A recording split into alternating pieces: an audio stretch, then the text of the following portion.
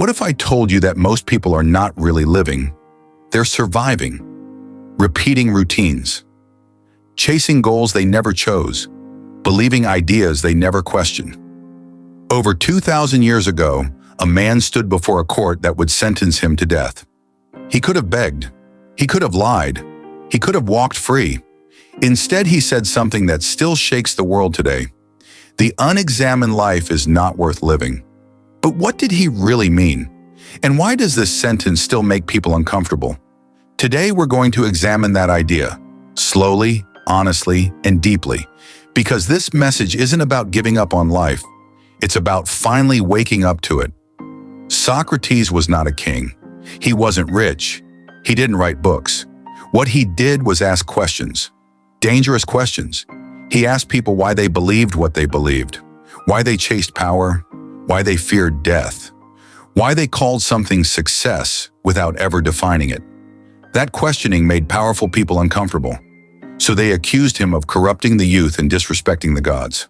The punishment? Death. Socrates was offered an escape. All he had to do was stop questioning. He refused, because for him, a life without reflection, without truth, was already a kind of death. What does unexamined life really mean? The unexamined life is not a bad life. It's a borrowed life. It's living on autopilot. Believing success means money because society said so. Believing happiness comes later, not now. Believing suffering is normal and questioning is dangerous.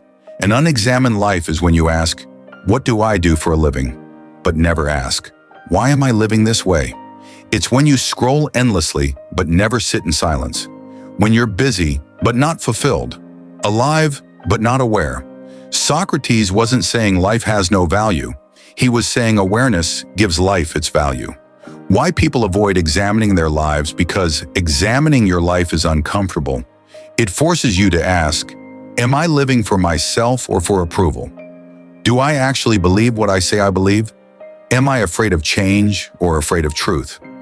Most people avoid these questions because truth can cost comfort, awareness can demand courage, growth can break illusions. It's easier to stay distracted than to sit with your thoughts. Easier to blame the world than to question yourself. Easier to be busy than to be honest. An unexamined life protects your comfort, but steals your meaning. Today, we are more connected than ever. Yet many people feel empty. We consume content without reflection, opinions without thinking, lifestyles without choosing. Social media tells you what to want. Culture tells you who to be. Fear tells you not to question it. So people live entire lives chasing validation, status, survival, without ever asking, is this actually making me alive? The tragedy isn't pain. The tragedy is never asking why you're in pain. Let's be clear. Socrates was not saying life is meaningless. He was saying life becomes meaningful when examined. To examine your life is to understand your values, confront your fears, take responsibility for your choices. It's not about having all the answers. It's about asking better questions. Questions like, what matters to me when no one is watching? What kind of person am I becoming? If my life continued exactly like this, would I be proud? These questions don't destroy life. They save it. You don't need to quit your job. You don't need to disappear into the mountains. Start small. 1. Create silence. Step away from noise. Reflection needs space. 2. Question your routines. Ask why you do what you do every day. 3. Be honest without judgment. Awareness is not self-hatred, it's self-respect. 4. Align actions with values. Even one honest step changes everything. An examined life isn't perfect, it's intentional. Socrates chose death over a life without truth, not because life wasn't worth living, but because living without awareness wasn't living at all. So the question isn't, is life worth living?